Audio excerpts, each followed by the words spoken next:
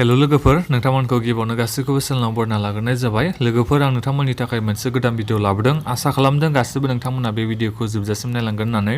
जोंहा बे बोसोराव आसाम पुलिस आरो जोंहा बे APDCL बेनिफ्राय जोंहा साख्रिनि भेकेन्सि ओंखारना फैगासिनो दङ दै।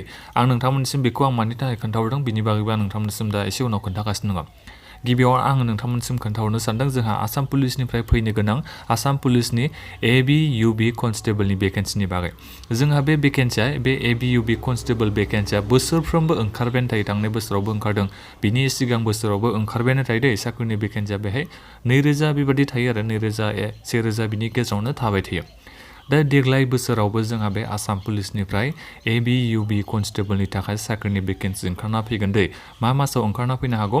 मास मोनसे मास मोननैनि गेजेराव नोंथांमोना एडभार्टाइजमेन्टखौ नुनो मोनगोन। नाथायबा भेकेन्सिया फैखागोनखा बे 100% आं नोंथांमोनसिम बुंहरखायो। दा बेनिखायनो नोंथांमोना एसे रेडि थाबानो जाबाय, जाहाथे नोंथांमोना बे ABUB कनस्टेबलाव जोंना मा जायो फिजिकेल एफिसिएन्सि टेस्ट लानाय जायो नालाय, खारनाय सिन आप जायो, बेजों लोगोसे आरो माया जायोमोन जोंहा बे लं जाम्पआबो जायो। दा बेनिखायनो नोंथांमोना बेफोरखौ एसे प्रेक्टिस खालामबाय थाखाबानो जाबाय। आरो बेजों लोगोसेनो जुदि नोंथांमोना बे फिजिकेल एफिसिएन्सि टेस्टआव पास जायोबा नोंथांमोना रिटेन एग्जाम होनांगौ जायो दै बे कनस्टेबल ABUBनि थाखाय। दा बेनिखायनो नोंथांमोना बिनि थाखायबो एसे रेडि जानानै थाखाबानो जाबाय। भेकेन्सिया फैखागोन देग्लाय बोसोरावनो, आं बेखौ नोंथांमोनसिम खोन्थाहरखानाय जाबाय।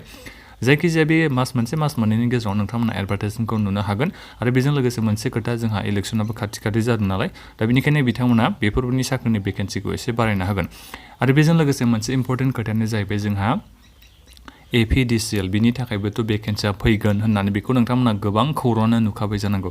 नाथायबा दासिमबो जोंहा बे साख्रिनि एडभार्टाइजमेन्टआ ओंखारना फैयाखै। आरो बे APDCLनि थाखायबो जोंहा खैथा साख्रिनि भेकेन्सि थागोन ना 2000नि बारा साख्रिनि भेकेन्सि थागोन होननानै बिथांमोनानो गावसोरनो माने अफिसियेलि डिक्लेयार खालामखादों।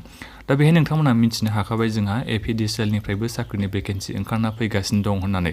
दा बिनि थाखायनो नोंथांमोना रेडि जाखाबाय थाबानो जाबाय। जेब्लाबो बे APDCLनाथ' नोंथांमोना एग्जामसो होनो नांगोन नालाय, रिटेन एग्जाम जागोन, MCQनि जायो। नोंथांमोना बेहाय एन्सार कुइसन लिरनांगौनि गोनांथिया माथ' सायख'नानैल' जायो। दा बेनिखायनो नोंथांमोना एसे बिजाबफोरखौ फरायखाबाय थाबानो जाबाय। जेनेरेल नलेज, आसामनि GS बेफोरखौ नोंथांमोना एसे गोसो होनानै फरायखाबानो जाबाय। नोंथांमोना मिथिखाबाय नालाय जोंहा साख्रिनि भेकेन्सिया फैगासिनो दं होननानै।